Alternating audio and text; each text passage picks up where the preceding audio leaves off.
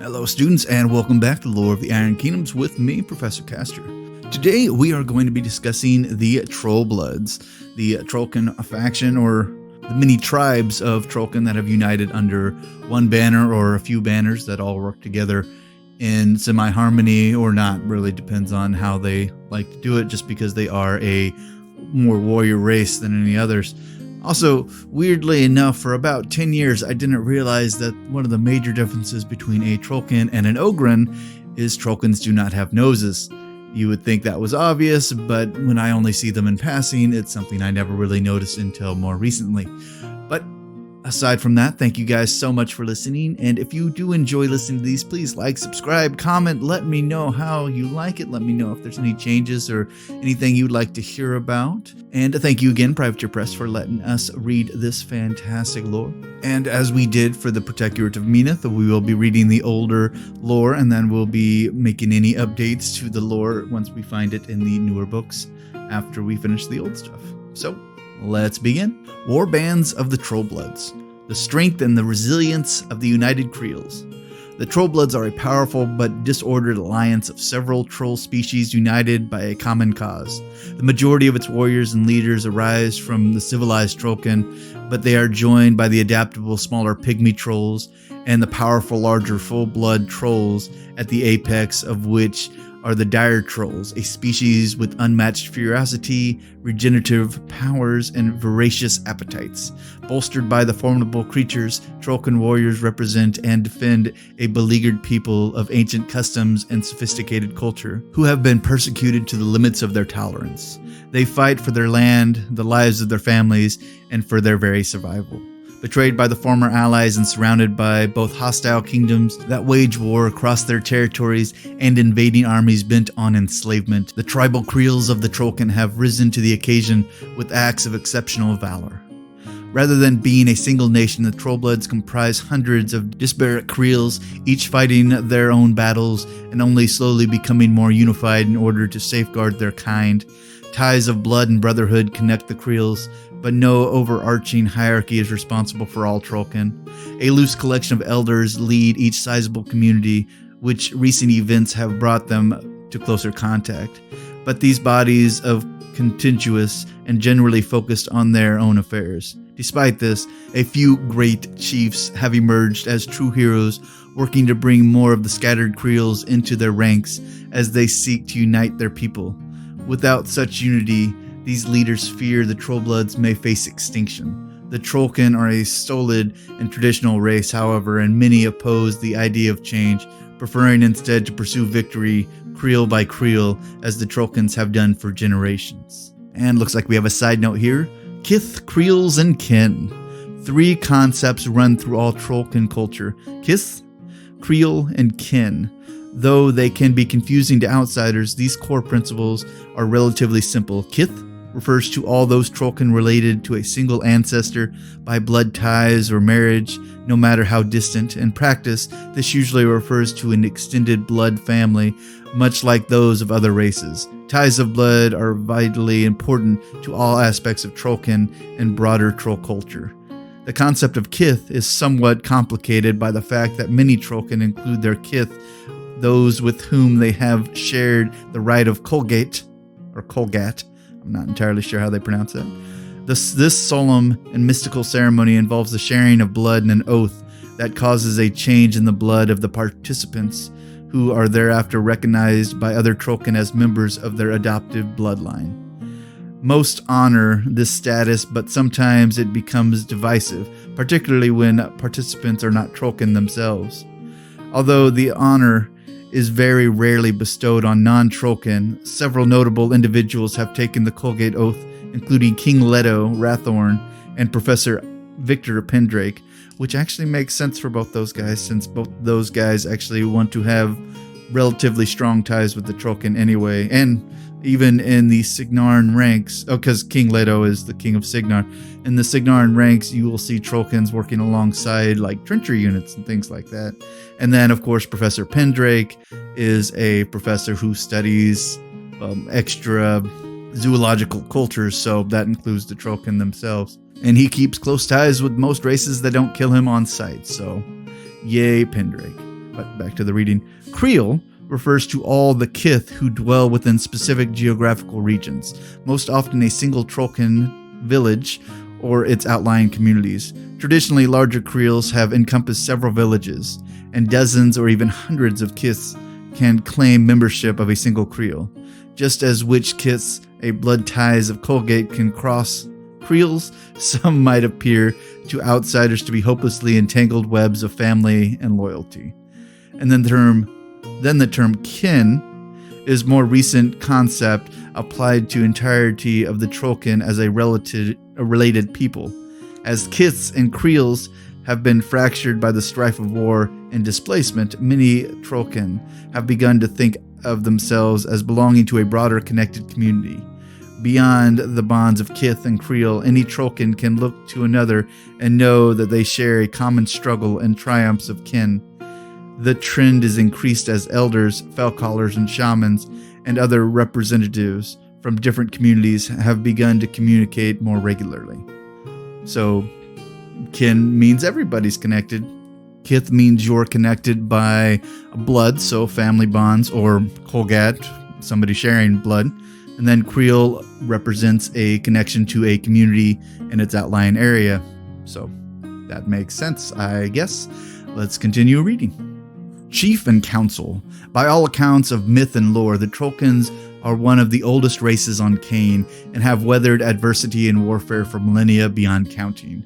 Within more recent recorded history, they were part of a barbaric horde known as the Mulgor, and many of their traditions stem from that era. In the ancient times of Trollkin fought alongside full-blood trolls, tribal humans, goblins, and ogrins. Even though they were part of the Mulgor, every Trollkin held a bond of kith and creel above all others. These extended families arose from simple tribal origins and formed bands of warriors to protect villages and joined together to war against their enemies. When the Menite priest kings of old broke the power of the Mulgor, the Trollkin people were dispersed and kiths and creels scattered across the dark wilds of the western Immorren. Separated by the greater community, the creels retained only those traditions and stories inscribed on their creel stones, and many ancient ways were lost. Full-blooded trolls fared even worse than their smaller, more civilized brethren, the humans that were already expanding into the wild reaches of western Immorren often hunted down those full-blooded trolls unable or unwilling to live alongside the scattered Trollkin settlements. For generations, the connection between Trollkin and Troll was tenuous, explored only by a few shamans. The Menites set upon the hulking dire trolls with singular ruthlessness, and only most feral members of the species who kept to the deep wilderness survived. Though that the Trollkin culture endured through this time is a testament to their stoicism, solidarity, and tremendous resilience. And then we have a side note going over the very loose command structure of the Trollblood. So I will have it up here on the YouTube channel so you guys can take a gander at it. You can pause the video if you want to go over it, but here are some of the leaders of note. The Creels of Thornwood, who were the exile from Thornwood Signar, the Creels of the Gnarls, the Committed Isolated Creels, the Creels of Scarsfell, and then the Uncommitted Isolated Creels of other various elders, and then all of their things that they do. Yeah, there's a lot of variations in Trollkin society, so yeah, you're gonna have to read that on your own because I am not going into every single one of those at this point. But let's continue reading. Most creels settled in the most habitable places they could find, often deep within great forests. The Thornwood, the Gnarls, and the Scarsfell forest became home to the largest population of Trollkin. And it is these regions that many modern Trollkin still think of as their ancestral homeland. Connections with full-blooded trolls were retained in these forests, as some of the larger bloodkin were integrated into the villages to assist with burdensome tasks and aid in defense. Other creels were pushed to the most remote boundaries, making their homes along the edge of the Bloodstone Marches or on the shrouded Scarred Isles. This basic routine of life in the creels has been sustained into present.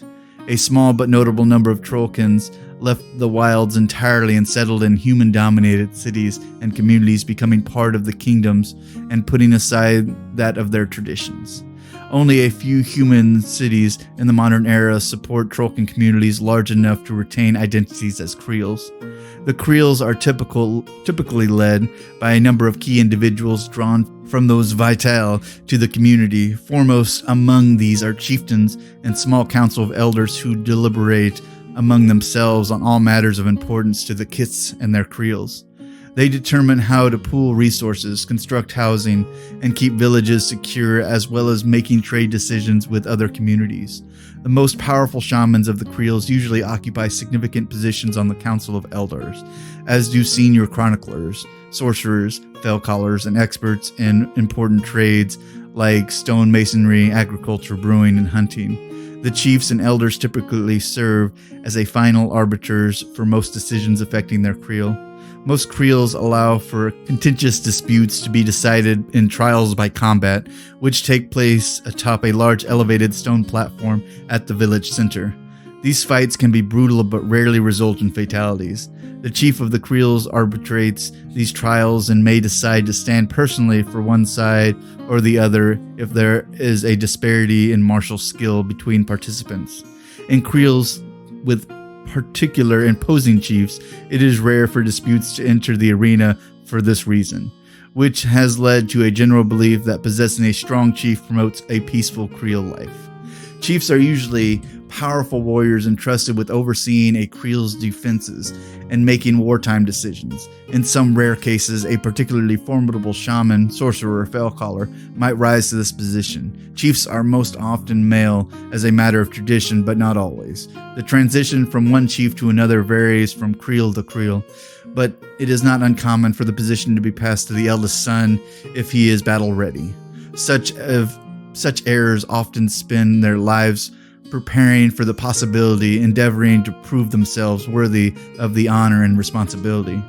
If the Creel includes a better candidate, such as a notable veteran hero, the chief might select him instead of passing the responsibility on to his offspring. When a chief dies without leaving instructions, as can happen in battle, the elders are entrusted to select a new chief from among the Creel champions. Chiefs do not directly lead their Creels except in times of exceptional danger, deferring the Council of Elders on other matters. Councils recognize a body of leaders is not as effective as an individual at making immediate decisions required in times of war. Under such circumstances, a chief has nearly complete authority over his Creel. Isolated kiths that lack sufficient membership to host a fully represented council might be ruled by a single shaman or chief. The roles are sometimes one and the same for these remote communities. Even in such instances, usually several community elders will be called upon to provide guidance. In addition, it is often a tight-knit band of champions. Trollkin chiefs are also supported by larger groups of warriors who have sworn themselves to serve their leader. Known as warbands, these Trollkin are utterly loyal to their chief and are typically either closely related kiths or from the same Creel. And most prestigious chiefs might lead warbands made up of warriors from many Creels, and it is not unheard of for some Trollkins to travel great distances to enlist the warband of chiefs about whom they have heard great tales. A chieftain who commands a large number of warriors will often divide his followers into multiple bands, each led by a highly trusted champion. Though rare in the past, the need for such arrangements has grown along with the scale and scope of battles in the recent years. In the centuries after the defeat of the Mulgor, more Trollkin communities restored their connection with the full-blooded trolls. Association with the voracious creatures caused much strife between Trollkin communities and neighboring human villages, but the Trollkins were often willing to suffer such inconveniences for raw strength their troll allies brought them. The destructive power of a single troll is substantial, and with only minor training, the ferocious creatures can become powerful guardians fighting on behalf of Creel. The rare warlock who holds the mystical connection with full-blooded trolls invariably ascend to leadership roles in their Creels. Most of the individuals become chiefs simply by virtue of the enormous wartime power they exert over the trolls that follow them into battle. The trolls of the warlock chiefs are typically considered full members of the warband. Most Trollkin communities remained insular until relatively recently. Though visitors from other creels were welcomed, they rarely engaged in concerted activities or made long-term alliances. But as creels have been displaced and their homelands overrun by enemies, greater concentrations of Trollkins have been forced to live in close proximity than ever before. In these regions, elders from numerous kits meet to discuss matters affecting all of the represented creels. These regional councils have arisen only in the Thornwood, the Gnarls, and Scarsfell, where Trollkin populations are sufficiently dense. Because this present hardship increasingly connected all the Trollkin, stories of the difficulties affecting those farther away now sometimes prompt coordinated action. Not all Trollkins are comfortable with this. Many prefer to focus solely on local matters. Strife between creels is not uncommon, particularly between former rivals with ancestral grudges dating back generations. Madrak Ironhide and the United Creels. Of the many factors that have led to recent efforts to unite the creels, none has been more vitally catalyst than the rising prominence in the legend of Madrak Ironhide. Even his detractors laud Ironhide as among the greatest of all Trollkin chiefs, putting him in the company of Horfor Grimmer and Gindor of Talak Creel. Madrak Ironhide has worked tirelessly to promote cooperation and peace among creels from across western Immorren. Under the Ironhide's leadership, the thousands of Trollkin have begun to consider themselves a nation.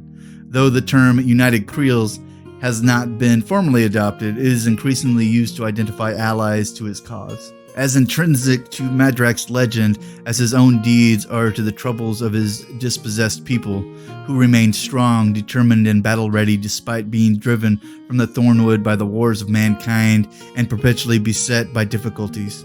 These people have become iconic of the Trollblood spirit and the vital core of the United Creels. This group has gained at least nominal support from the regional councils of elders in both the Thornwood and the Gnarls, as well as from any of the scattered creels. In times they might attract more, and certainly it is Ironhide's hope to draw all Trollkin to the cause of mutual preservation.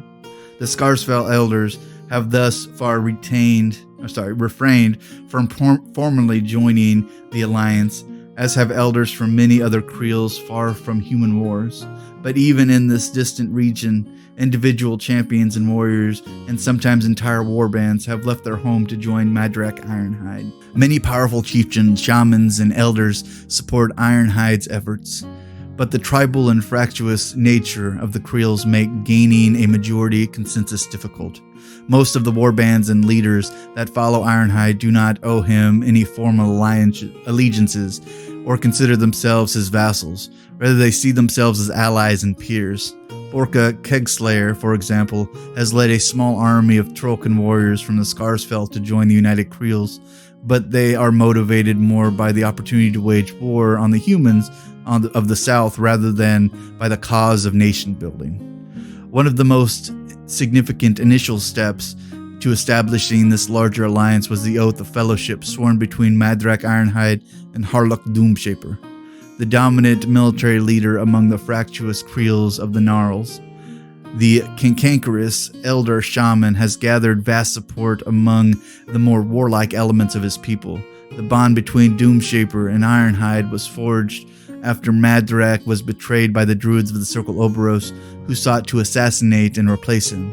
Doomshaper was vital in thwarting that plot, and the creels have Thornwood and the Gnarls have since grown increasingly connected and mutually reliant. And then we have a little side note, Trollkin Quatari. Mostly they're, symbols, since these guys like plaid a lot. But I'll be posting the pictures so you can see all the different designs, because we have the design for the people that follow Chieftain Madrak, Gomfar Creel, Grizzle Bloodsong, Calandra Truthsayer, Harlock Doomshaper, and Jortol Creel. The Quatari are a traditional tartan pattern worn by Trollkin that represent the wearer's home creel. Each creel has a specific Quatari pattern and color, easily recognizable to those who belong to or have had significant contact with someone of that creel. As Trollkin refugees from across western Immorren join the United Creels, the patterns they wear enable them to stand out among the crowds to former neighbors and friends. Since the rise of Madrak Ironhide, it is becoming increasingly common for Trollkin warriors to adopt the Kutari pattern of the leader he follows. This practice is especially widespread among Trollkins of the Thornwood Forest and other traditional homelands from Creel have largely been wiped out by the wars. Those who frequently fight together might feel compelled to put aside old traditional patterns to identify more strongly with their new brothers in arms. So yes, and these guys are actually pretty fun. Be able to design an entire army based on these designs if you're good at painting these. But let's continue reading. Though he agrees with Ironhide on certain fundamental ideas, Doomshaper is still a Trollkin traditionalist, uncomfortable with the changes wrought by present calamities. Nonetheless, the Eldar shaman is willing to pay any price to ensure the survival of his people. It was he who brought the terrifying dire trolls back under the sway of the Trollkin. His connection with the full-blood trolls is strong, and he admires both their simplicity and their savagery. Doomshaper is committed to helping Ironhide in the war he believes will eventually envelop the Trollbloods, but he and his warbands also seek vengeance on those who wrong them. Ironhide seems to retain some hope that the lasting peace with mankind is possible, while Doomshaper believes that warfare and violence can only be meaningful communication between their two species. Despite the lack of complete harmony among the various groups of the Trollkin, the unity of the Creels grows stronger each day. Few elders have the time to debate the broader implications of the Trollblood nation in this time of war. However, an increasingly greater number of Trollkin venture from their ancestral homes to seek the aid and protection of the unified Creels. The Interpol Council that governs the United Creels has necessarily become responsible for sheltering and governing ever-growing numbers of refugees. The Creels at war. Though the Trollkin do not fight as a single army with a strict formal hierarchy and chain of command, they are nonetheless formidable opponents, the equal to any who oppose them. Indeed, due to the tremendous resilience and accelerated healing demonstrated by the various Trollblood species, they can frequently outlast or outbattle more organized and numerous enemies. These proud descendants of generations of warriors are armed with wealth of war expertise. Unlike many other races on Caen, every adult Trollkin is a prospective warrior. Every adult, male or female, has some proficiency in combat, and only those few old or young to wield a weapon are defenseless. The Trollkin are a pragmatic and proud people willing to lay down their lives in the defense of their families and friends. The pressure of their many enemies have caused the Creels to adapt their forces out of necessity, but this is not the first time in their long history that they have been organized in larger numbers. Only 400 years ago, the kingdom of Signar attacked their homes, and in response, the Trollkin toppled the mighty colossals that were the pride of the human nations. Their brutal skills at guerrilla warfare was enough then to overcome the significant technology disparity, but now, surrounded by enemies, the scattered Creel tribes have had to adopt new tactics and weapons. The warband frontline warriors. Most Creels can muster some number of warriors in their own defense, even if their community is typically peaceful. Even the most amicable farmers can be counted upon to take up the hammer or axe to protect their kith and Creel. Those Trollkins belonging to the more warlike Creels often consider combat as a great sport, and the inter-Creel fighting is a regular part of life. For the most part, feuds between rival Creels are resolved after a handful of skirmishes and with few serious casualties. Fortunately for the Trollkin, their natural resilience allows them to take a somewhat casual approach to this kind of tribal combat. Injuries that would permanently maim humans can only temporarily inconvenience a Trollkin. This kind of competition is more common in the northern Scarfell than in the Gnarls or Thornwood communities. Those Trollkins who come south to fight alongside their chief, Borka Kegslayer, sometimes find their combative attitudes met with hostility by members of the beleaguered Creels of the Thornwood and neighboring regions. Trollkins emphasize a brutal close combat fighting that has served them well, as it plays to the to their incredible strength and endurance that is their birthright. Many specific martial traditions were born from the cultures of specific regional creels, such as the Fen Blades of the Fen Marshes or the Long Riders of the South Cadoran Plains. Since the escalation of threats across the region, and particularly those brought by modern human armies, war chiefs like Madrak Ironhide have seen a necessary to embracing the modern weapons of their enemies. In the past, it was not uncommon for Cygnar or to sell surplus weaponry to the Creels with whom they had friendly relations. The Cygnaran crown has typically looked upon the Trollkens who live within its borders as nominal citizens. Cygnar's motivation in selling arms to the Creels, however, was not entirely altruistic. The Cygnaran army saw value in having an armed population that could act as a buffer against the other enemies, including Kodor, the Protectorate, and more recently the Scorn Empire. Cygnar has suspended the sale of military weapons and hardware to the Trollken in light of expanding hostilities between northern Cygnaran citizens and the kin brought together by Ironhide and Doomshaper. This has not deterred the Trollken from seeking other avenues to acquire arms. Indeed, they have found interested brokers from any number of black markets across the Iron Kingdoms. A number of Trollkens have served in human armies, particularly those raised in human cities, and some have brought much-needed military experience to the wilderness Creels. Though their methods might be at odds with more traditional Trollkens' approach to warfare, the tactics of the modern battlefield have been a great boon to the United Creels. Even the most hardened veteran Trollken champions can benefit from the kind of training a professional soldier could expect in more hierarchical militaries. Though warbands excel in guerrilla warfare and smaller raids, they often lack the discipline required to maintain order in the larger numbers needed to win massive or protracted engagements. The warbands of the United Creels attempt to maintain some degree of organization, but they are sometimes undermined by the actions of proud chieftains who prefer to strike at time and place of their own choosing rather than follow the plans of another, no matter how carefully considered. Despite the ongoing frustrations of the Trollken veterans who have served with one of the militaries of the Iron Kingdoms, their efforts to discipline and the forces of the United Creels are gradually paying off. Many younger Trollkens readily embrace modern weaponry and view its use as a natural extension of the Trollkens' adaptability. With training and drilling in the use of such weapons, many of the Trollkens become brilliant examples of professional soldiery. Though races' inherent strength and courage make them some of the most stalwart and courageous fighters to be found anywhere in Western Immorren. Fighting alongside armed and armored full-blood trolls and the slavering dire trolls, these modernized Trollken warriors might prove to be the salvation of the Trollbloods. One significant ongoing source of potential soldier has come from the unmaned but mature Trollken called Shen, whose violent inclinations and lack of productive role might become the burden of their communities if not handled appropriately. Traditionally encouraged to leave their kits in order to find mates, Shen often band together as Trollshens, groups of 5 to 20 males of various ages. The Trollshen also arise among refugee Trollkens from decimated Creels, banding together for mutual protection in the wilderness.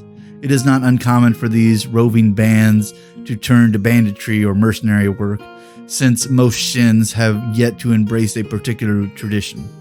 They are excellent candidates for military training. Even their sometimes reckless approach to combat can be an asset in a rapidly modernizing Creel army, with the proper guiding hand. Pygmy trolls, or pigs, have long existed in the periphery of Trollken society. These smaller Trollken cousins were long thought useless in battle, given their capricious attitude and lack of interest in crafting weapons. But recent pressures of war have prompted the Trollken to reevaluate their opinions. It has become clear that the pigs are just as resolute in combat as their larger kin and can be deadly fighters if given weaponry and training suited for their strengths and disposition. They have a lower tolerance for discipline and repeated drills than Trollkens, but these deficiencies can be worked around. For reasons not entirely understood, dire trolls are naturally inclined to tolerate pigs. The Trollken exploit this natural sympathy by pairing the two and aiming them with ever more dangerous weaponry. or arming them with ever more dangerous weaponry. The pigs readily take to use of firearms, and with their natural predilection for thrill-seeking, they make up a substantial portion of the most modern combatants in the Trollkin warbands. Warband support elements. Not all those who fight for the Creels are warriors in the traditional sense. Shamans are increasingly taking up arms in defense of their people. These mystical command tremendous dunya spiritual powers, and the presence of just one shaman can turn the tide of battle for a hard-pressed warband.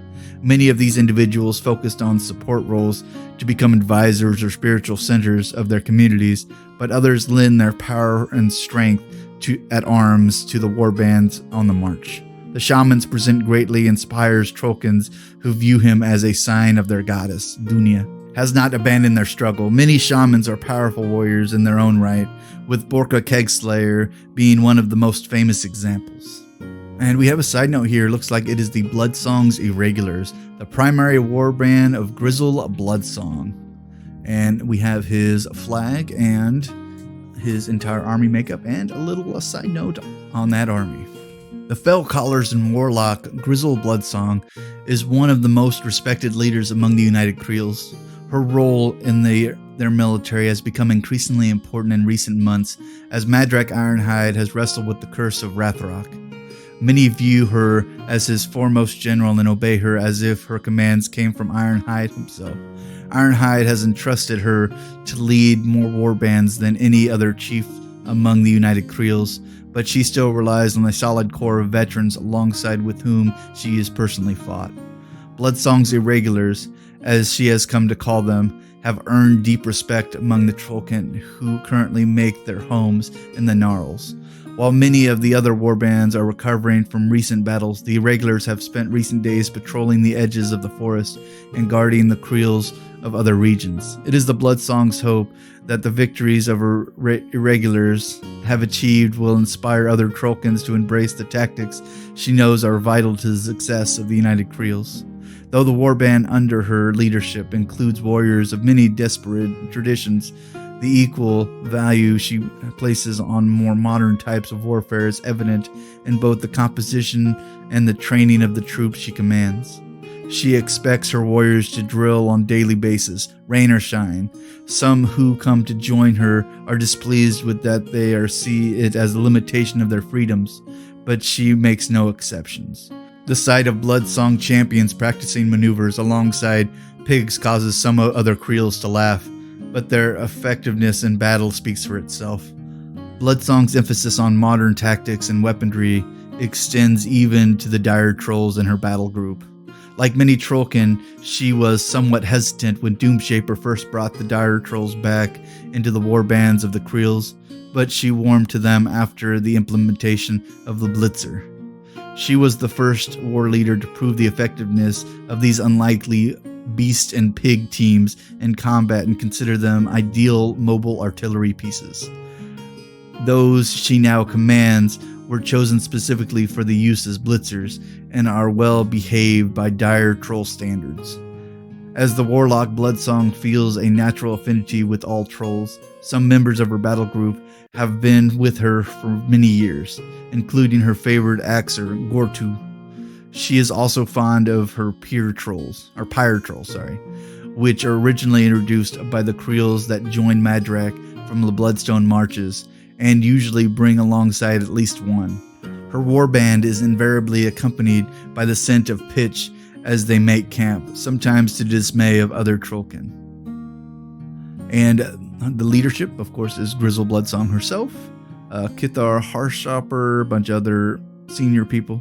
Then her warriors support and trolls. She has 2 dire troll blizzards, 3 troll axers, 3 troll impalers, 3 pyre trolls, 200 Creel warriors, including 30 caber throwers, 100 scattergunners, 18 scouts, 20 champions, 30 sluggers, 100 pigs, assorted weaponry, 5 thumper cannon crews, 8 skinners, 9 rune shapers, 6 fell collars, and 4 Creel stones and associated bearers and scribes that go with those groups.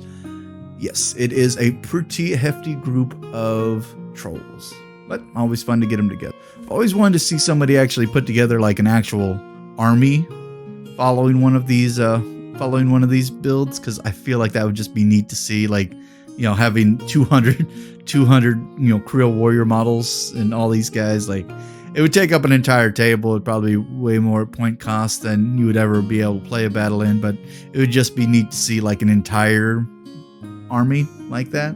But I don't think we're ever going to see it in our time, because that is a lot of models to paint. Let's continue reading. Sorcerers have long been respected by the Trollkins for their devastating potential on the battlefield. A number of the most potent warlocks in recent times have been natural-born sorcerers, and their victories, accomplishments, and other acts of heroism cannot easily be counted. Their natural connection with arcane energies of Caen enable them to lay waste to their enemies with waves of power. Many Trollkin sorcerers become rune bearers, able to turn the earth itself against their foes and transform the deeds of their people into powerful weapons. The history and triumph of the Trollkin are inscribed in the stone, and with the proper reverence, they can be used as weapons against enemies and blessings to be bestowed upon allies. The Creel stones that are brought to war, as well as the scribes who add to their legacy of valor by recording further heroic acts, are the vital part of the Trollkin military pride. These monuments are no mere decorations. They combine with Dunia's beliefs and the strength and prayer to offer potent and tangible blessings to embattled warriors. Full-blood trolls and supply. It is the presence of full-blooded trolls that give the enemies of the united Creels the most pause. Many Creels have come to think of these trolls as integral members of their communities and now craft special weapons, armor, and clothing for their use.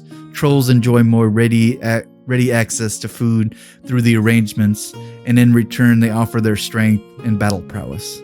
This is to say nothing of a massive dire troll have had begun the accompany warbands for the first time in 1,000 years. Whereas other trolls can actually develop friendships with the Trollkin, dire trolls are simply too savage for such niceties. Even those Creels most accustomed to the creatures consider them dangerous and untamed in the best of circumstances. Dire trolls are capable and almost unthinking ferocity, and are never more than a minor irritation away from a frenzy, so their Trollkin allies must remain vigilant in their presence. The presence of pigs seems to calm these beasts, but they remain unpredictable and hazardous in the extreme.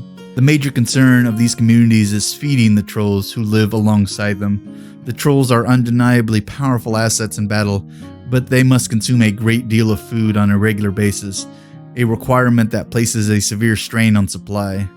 When food supplies runs low, the savage trolls grow aggressive and quite literally take their feeding into their own hands.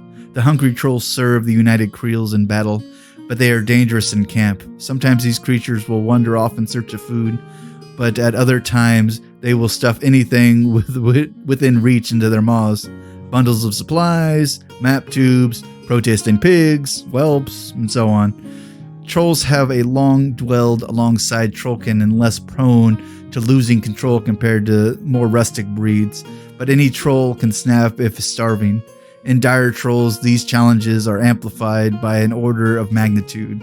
They simply require significantly larger amounts of food and become significantly more dangerous if allowed to become hungry.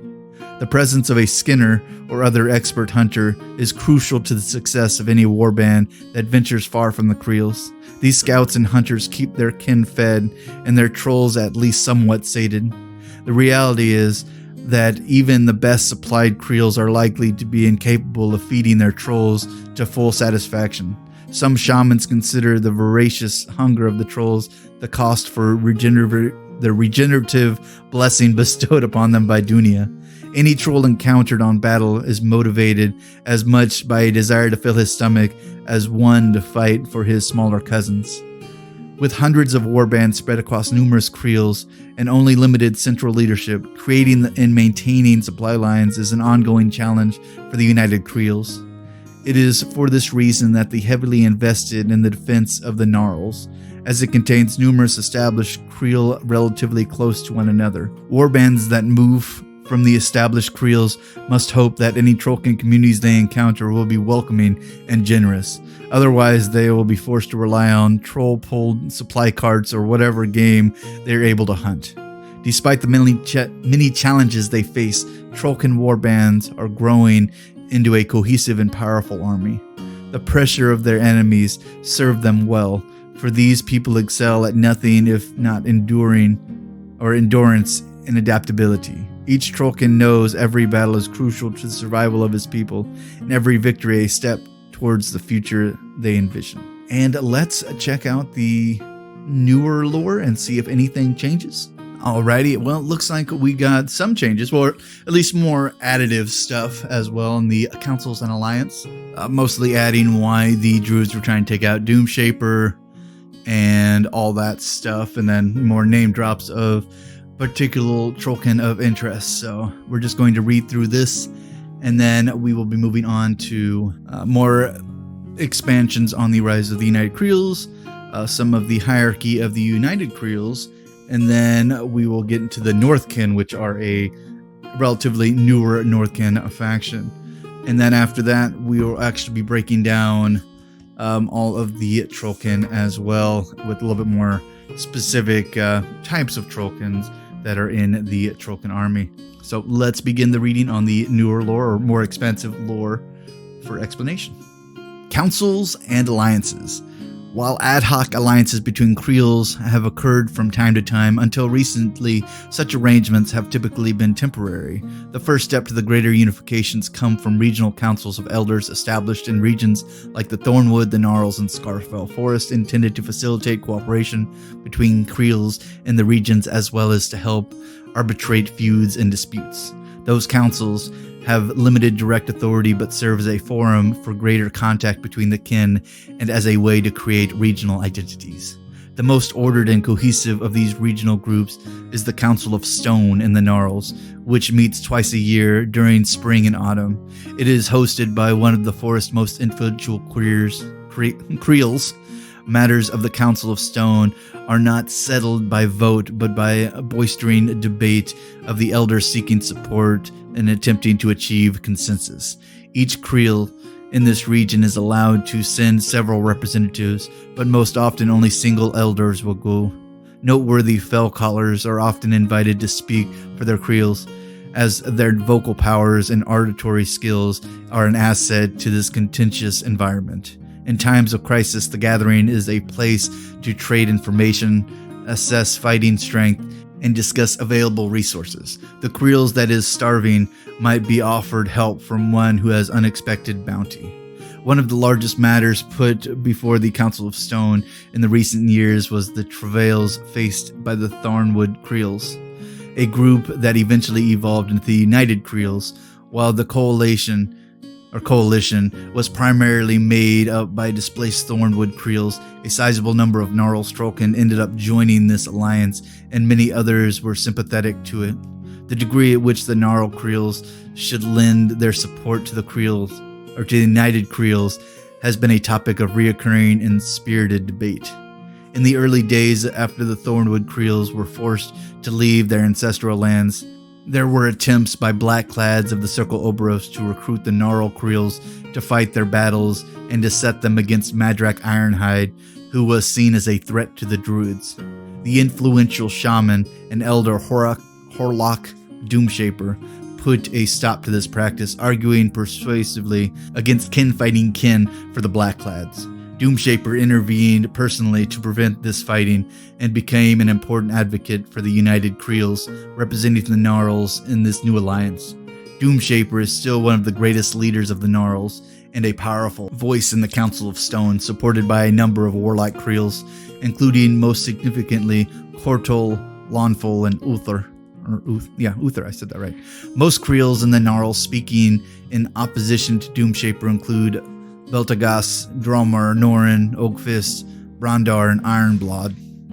The example of the Council of Stone gave rise to other similar councils wherever the kin exist in large numbers. Each regional council has served as a nucleus of greater cohesiveness and organization. They also form the backbone of civilian leadership for the two largest alliances of Creels, the United Creels and the Northkin. And then we have a more updated list of how the Creels are organized. We have major Creel alliances with the Northkin Creels, elders, Scarfell councils, all that mess.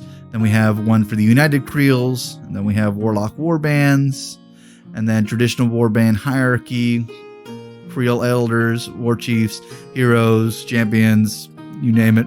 I will have a picture of this up on the channel so you guys can look at it, and you can pause it if you really want to get real specific on it. I'm not going to go through each individual part of this because that is a lot of reading. But let's continue reading. The Rise of the United Creels. Of the factors that led to recent efforts to unite the Creels, none have been more vital than the rise of Madrak Ironhide, who has become the leading war chieftain in the Thornwood Creels. It was under Ironhide's leadership that thousands of Trolkans from different regions began to consider themselves a united people.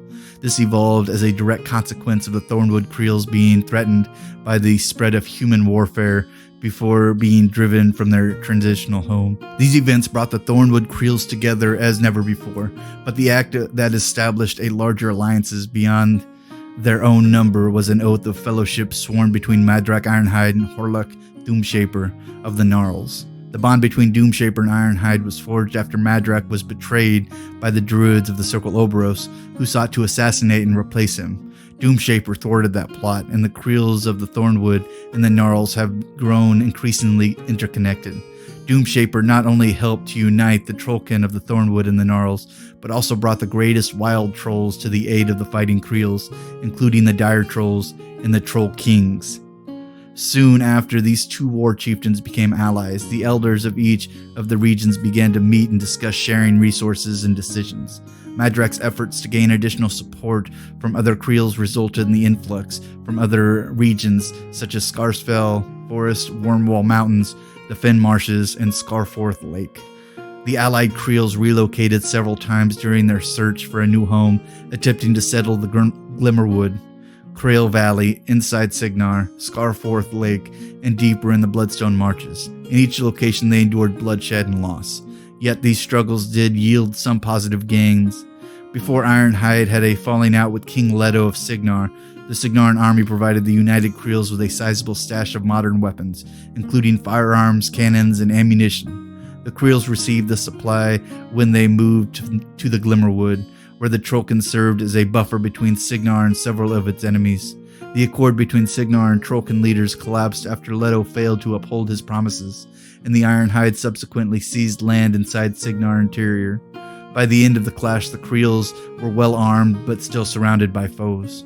The United Creels have been confronted by a variety of enemies, including the Scorn Empire, the Signaran army, Circle Oberos, and more recently, a simultaneous attack by Faro and Gatorman from the Thornfall Alliance and the Blindwater Congregation. This last clash in 609 AR, called the Battle of Bloodstone, resulted in Madrak Ironhide deciding to set out to new lands to establish a better home for his people. This exodus involved thousands of Trollkin undertaking a grueling cross of the western Bloodstone Marches.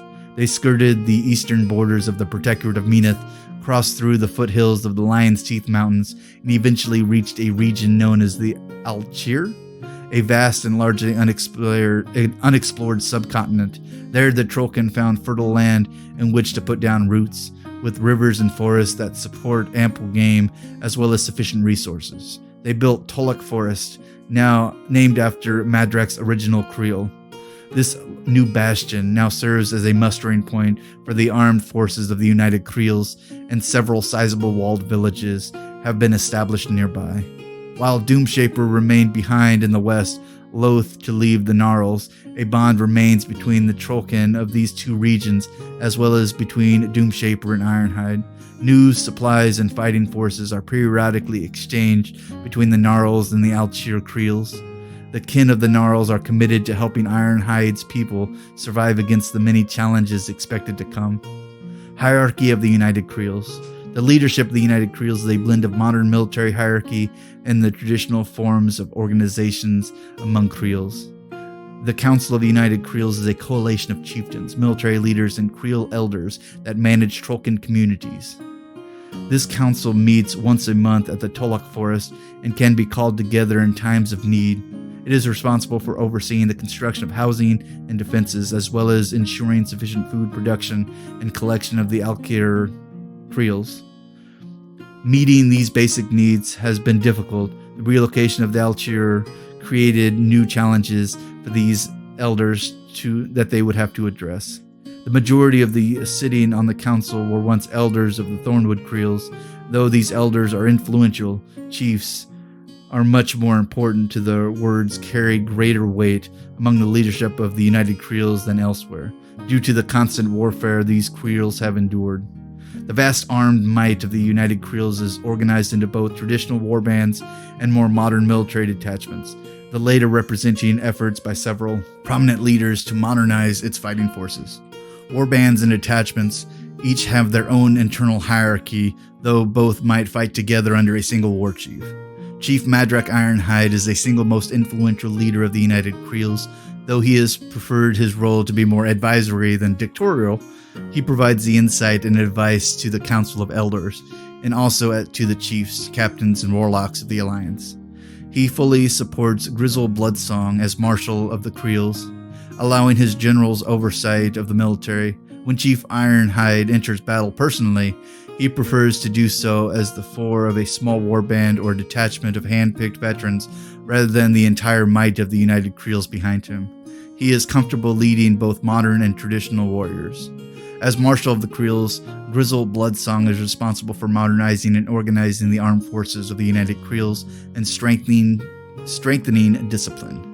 Marshal Bloodsong works closely with Captain Gunborn, or Gunjorn? It's spelled Gunnbjorn, so I'm going to call it Gunjorn. Yeah, that's how we're going to say it. In providing ongoing training for the fighting kin as they are integrated into the more formal military hierarchy and armed with modern weapons like firearms and cannons. Grizzle personally leads the largest army of the Creels. The modernized forces of the United Creels are organized into detachments instead of warbands and follow a more stringent chain of command, adopting ranks from the professional armies of the Iron Kingdoms. In descending orders, these ranks are captain, lieutenant, sergeant, corporal, and private. Captains lead companies of several hundred warriors, often drawn from different fighting disciplines. Lieutenants lead more cohesive platoons of 40 to 60 warriors. Sergeants lead squads of up to 10 warriors of the same discipline, and corporals lead small fire teams of 3 or 4. When thousands of Trollkins are gathered under a single war chief, the army may include multiple companies alongside one or more traditional war bands. In these situations, captains have similar status and standing as a chief leading a warband of similar size, and both are expected to heed the ranking war chief warlock. Discipline and order is better among Trollkins in the modern military detachments. Not every warband is willing to undergo the training necessary to make this transition. However, and so warbands will continue to make up a substantial portion of the United Creels. The United Creels support several specialized detachments, such as veteran scouts led by Grim Angus. Detachments also include trolls and support personnel, including those who are ensuring supply lines remain open. Support may include mystical elements from the form of shamans, sorcerers, and Creel stonebearers, and stone scribes. Though such individuals are more commonly found in traditional warbands, mystical Trollkin are often loaned to detachments and do not use military ranks. The United Creels can field an army of thousands at a moment's notice, with additional reserves drawn from any able-bodied villager. They have access to accurate firearms, including rapid-fire weapons like sluggers and mobile cannons, as well as a host of trolls, including the enormous Dire Troll and Troll Kings. While the United Creels do not boast a raw number to match some of the vast human armies, they make up for it in courage, solidarity, and resilience. The military strength at their disposal is the greatest assembled in one place by the Trollkin people. So now we move on to the Northkin. I'm going to assume Northkin is probably ice trolls, which would make sense. For a time, Madrak Ironhide and a number of his elders endeavored to recruit their northern counterparts into their alliance. This effort was partially successful, and some kin from these regions have joined them. However, most of the kin of the northern Immorren prefer to remain a people apart, protective of their independence. The example of the United Creels was not lost on these kin, but instead of joining, they formed their own alliances. One led by the northern kin and focused on their interests. These are the Northkin.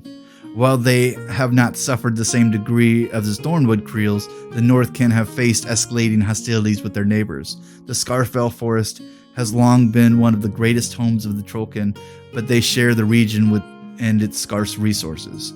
Perils include both tribal and civilized humans of Kodor, Nis tribesmen, blighted Nis with dragon spawn, Rulik border patrols, and Bogren tribes. The struggles to endure and prosper has been even more difficult and less numerous kin of the Niskatha Mountains, Rimshaws, and Mulgor Forest, and other regions. Regional councils of elders were established in several of these places to provide forums for their creels, but in 608 AR, elders of these councils came together to formalize a greater alliance. Though separated in some cases by considerable distances, the various Northkin have much in common. Over the centuries, certain traditions, stories, food, and drink have been shared between the northern humans and Trollkin. Northern creels enjoy both Uiske, I'm not entirely sure how to pronounce that drink, and dangerously pure Vyastha, or Vyaska, also no idea, as well as northern ales and meads, and both drinking and feasting are important aspects of the culture as well as politics. Major decisions affecting all of the Northkin might happen amid shouting matches between drunken elders and dueling chieftains after the gathering and feast. Warriors of the North identify strongly with great bears, and some drink themselves into oblivion during the harshest winter months as a means to achieving equivalent hibernation. Major feuds have been fought over access to supply of alcohol or lands capable of supporting crops necessary for brewing and distilling. In spring and summer, conflict frequently break out between neighboring northern Creole tribes on old rivalries or new transgressions. These feuds keep the Trollkins from becoming soft and give them the opportunity to hone their battle prowess. The council elders intervene only when these conflicts threaten to escalate or imperil general defense. Northquin elders arbitrate disputes fairly, though they prefer harsh penalties. If a Creole refuses to follow the council's decision, they might find themselves being raided by warbands from more cooperative Creoles. So the Northkin are very into their ales and alcohol. Who knew? Just like the Kodoran Northerners. Weird. Well, let's continue reading. Hierarchy of the Northkin. The collection of the councils leading the Northkin is an extension of the older systems originating from the Scarfell Forest, where 4 separate councils ruled different parts of this region. Nevi's Council, Urkig's Council, Scar's Heart Council, and Bitterroot Council. The Rimshaws and the Niskatha councils eventually joined with them, together with dozens of representatives from other Creoles across the northern regions, making their leadership of this alliance one of the most democratic systems of governance on Immorren, which would make sense since most of the major Iron Kingdoms are led by kings and empresses. So there is that. Great gatherings happen twice a year, and at other times, fell callers travel between councils to spread news. The strongest Creoles include the Boneblood, Bragmaw, Blummus, Cragfist, Galtor, Janel, Lagmore, Magov, Pelnas, Rumtar, and Truststone Creoles, and their elders dominate the Northkin. Because of the size of the councils and the lack of centralized leadership, the Northkin do not make decisions quickly and sometimes are slow to act. Yet, once committed, they will see matters to its brutal and bitter end. Northkin elders have a strong grip on their people, and the individual chieftains have less clout compared to the united Creoles. Elders in the Northkin believe strongly in the autonomy of individual Creoles. In the largest northern Creoles, there is often a single eldest matriarch, known as the Ketmater. These tend to be more influential than any other elders. Northkin Creoles focus on smaller local affairs over larger regional ones, but have made promises of mutual support in the event of significant threat. The armed might of the Northkin is composed of a traditional warbands. Each chief sees to his people, which makes coordinated planning difficult. The Northkin army often looks and cooperates as a Trollkin horde. Though Northkin prefer to see their own concerns first, some have broader perspective. The legendary warrior Borka Cakeslayer is a warlock whose warband has traveled far to seek battles against enemies of the kin. He and his kin retain ties with the united Creoles, even as they obey their Creole's Ketmater, Jinnen, one of Northkin's most imposing elders. Alrighty, and now we get to the Trollblood fighting forces. This is a little bit more of a breakdown of all the fighting forces of the Trollkins. So here we go. Trollblood fighting forces. There are numerous fighting traditions among the warriors of the Creels, some of them ancient and others more recent origin. Some of the traditions arose of the kin of a specific region, though in some cases have spread and been adopted elsewhere. The fighting forces of the Creels also draw strength and versatility from mythical tradition and support elements, individuals who do not see themselves as warriors, but who wage war in their own way, as well as helping to ensure the fighting forces are effective and ready for battle. Traditional fighting forces. The largest number of ready warriors among the Creels are those who adhere to old traditions, passed down from parents to offspring and utilize tried and tested weapons. These are the Creel warriors. The most typical and numerous of the Trollkin combatants are the Creel warriors. Trollkins are taught from a young age to fight with the weapons available to their Creels and are expected to share in the responsibility of fighting in the defense of their village. An entire Creel population can be armed and battle ready at a short notice. Such fighters are outfitted by the kits of the heaviest armor they can forge and acquire through barter, trade, or raids. While there is a limited formal training among Creel warriors, most learn the fundamentals of fighting in their daily lives. They spar recreationally or during holiday celebrations, where good-natured brawls are a form of entertainment, with veterans thrashing the less experienced and teaching them lessons. Out of the hostile wilds, most warriors face regular threats that provide them with chances to test their mettle and put their lives on the line. It does not take long for a Creel warrior to become a veteran, comfortable with his brothers and sisters in arms and sharing lifelong bonds of fidelity. The strongest of these warriors prove their might by lifting and hurling great stone cabers. This astounding feat of strength is not only impressive to witness, but can also serve as a powerful weapon in battle. When mustered in numbers, the Creel warriors are sometimes joined by traditional standard bearers and musicians who play tunes to inspire warriors in battle and to lift their spirits on long marches. Then we have the Champions and Wardens. Champions and Wardens represent not so much specific fighting traditions as echelons of experience that the Creel warriors aspire to. Boasting considerable status among their villages, these seasoned fighters might serve as bodyguards or lieutenants to chiefs. When Creels is caught up in the extended period of carnage, the veterans emerge to inspire their peers. As such times, it is common for them to band together and fight alongside the chiefs as a retinue. Most recent fights has seen multiple groups of champions or wardens joining together to make up a vanguard of large armies.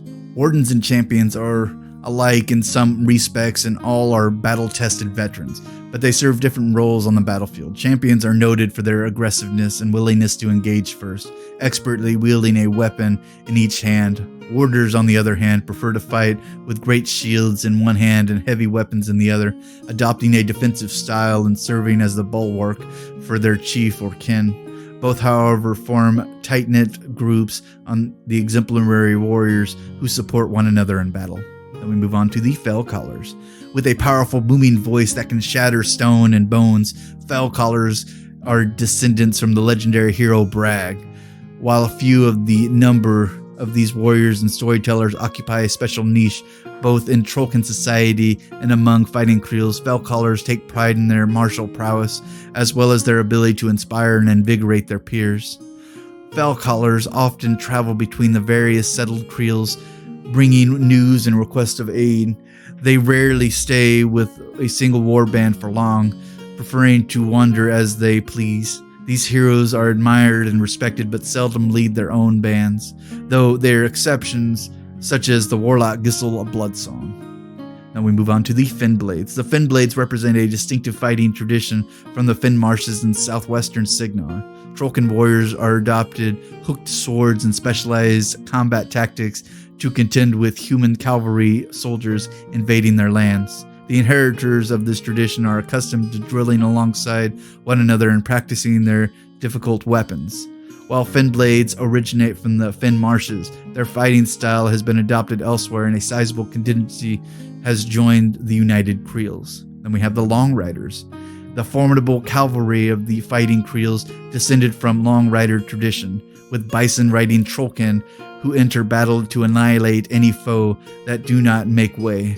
In the ancient days, Trollkins discovered the horses preferred by humans were scared of Trollkin and their smell, which they associated with the trolls who preyed on them. The bison roaming the southern Kodor were less wary, and a number of Creels domesticated these creatures and turned them into a fighting steed. Long riders have much needed mobility, serving as a counter to the enemy riders or to flank and crush enemies. Long riders have moved beyond their ancestral dominion and traveled to other regions, including some that have journeyed to the Alchir, along with their role as mounted warriors. Long riders see themselves as stewards of the bison herd, saving them from extinction. Then we have the highwaymen. Some warriors of the Creels have traditionally earned less respect than others. For Trollkin highwaymen, raiding and stealing goods and food from neighboring communities has been a long-standing practice. Even as Creels banded together, such raids persisted, more often directed at human merchants, traffic as a source of vital resources. Over time, these Trollkins developed a preference for fighting with pistols, originally taken as spoils, but becoming essential tools for the trade. Highwaymen take pride in their hard-won skill with these weapons and earned in battle rather than through drills. Then we move on to the modern fighting forces of the Trollkin. In the modernized fighting forces of the United Creels, several of the fighting traditions have been created that embrace the new techniques and weapons without abandoning Trollkin culture. Pygmy troll warriors. Pygmy trolls, or pigs, have long existed at the periphery of Trollkin society. These smaller Trollkin cousins were once thought too capricious to be useful warriors, but recent pressures have prompted the Trollkin to reevaluate the opinion. It has become clear that pigs are just as resolute as their larger kin and can be deadly fighters if given suitable weaponry and training. Adaptable and eager pigs have responded well to the efforts to create discipline through drilling, learning very quickly how to work together as coordinated fire teams. They have taken readily to firearms of all sorts and are fearless and willing to undertake the risky missions. Some pygmy trolls serve as a specialized role, such as excavating tunnels to bypass obstacles or to create ambush points where they can emerge unexpectedly behind enemy lines. Additionally, since dire trolls are naturally inclined to tolerate pigs, a number of the bravest of these warriors have been paired with these massive brutes to create powerful, effective weapon platforms. Pygmy trolls ride atop dire trolls and have been equipped with military-grade ordnances, acting as gunners and maintaining weaponry as needed.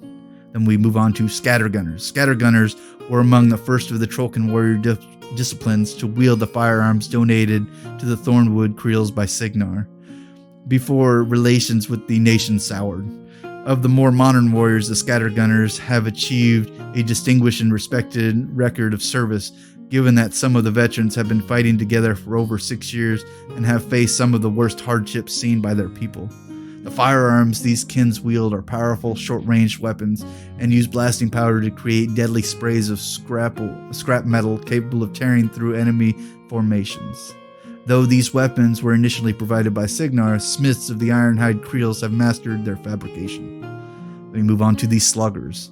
Wielding impressive repeating chain guns that can produce a steady hail of firepower, sluggers bring heavy fire support to their warbands and are capable of chewing through a large number of enemy soldiers before they reach the Trollkin lines. Being a slugger requires unusual discipline as an exceptional strength and endurance. Many sluggers are former members of the Signarin army who have since committed themselves to the United Creels or were trained by sergeants with that experience. Then we have the heavy weapons. As much of the boon as firearms have been to the United Creels, the inclusion of heavy ordnances has had an even greater impact. Battles against organized human armies proved to the fighting Creels the deadly effectiveness of artillery when leveraged against infantry forces. As with other modern weapons, Signar provided some of the initial stocks of thumper cannons, short-range deck guns on naval ships. With the access of the iron and the forge, Trollkin smiths are now quite capable of making such weapons, including mortars manned by pygmy trolls crew and the devastating pummeler cannon.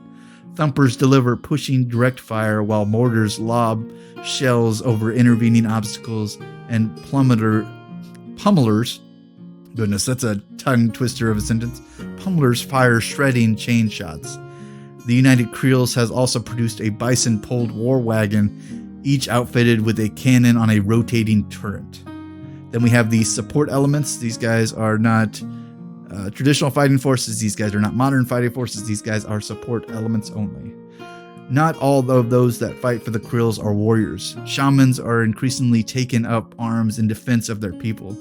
They command tremendous Dunya spiritual power, capable of invigorating the hard-pressed warbands. Sorcerers are mystic long respected by the Trollkins for their devastating potential on the battlefield, drawing on earth or ice magic to lay waste to their enemies or to protect their kin. The history and triumph of the Trollkin are inscribed in stone. The Creel stones that are brought to war, as well as the scribes who add to their legacy of valor by recording recent heroic actions, are the vital part of the Trollkin pride. These monuments combine Dunya's beliefs and the strength of prayer to offer the potent and tangible blessings to embattled warriors. The great stories of the Creels are maintained by respected chroniclers, and smaller stones are sometimes preserved by revered runebearers who have made their study a life's work. Hearing chants from these tales intoned aloud in combat can stir the kin to acts of valor. Alrighty, well, that is the entirety of the old and new lore, with the expansions of the new lore with the Northkin and all that funness. And if you guys are still around listening, thank you guys so much. You guys really are the lifeblood of this channel, and you keep this steam train a-rolling. Please like, subscribe, comment, let me know what you thought. Let me know if there's any cool Trollkin armies that you've fought up against or that you've fought with. And thank you, Privateer Press, again for letting us read your fantastic lore. And as always, class dismissed.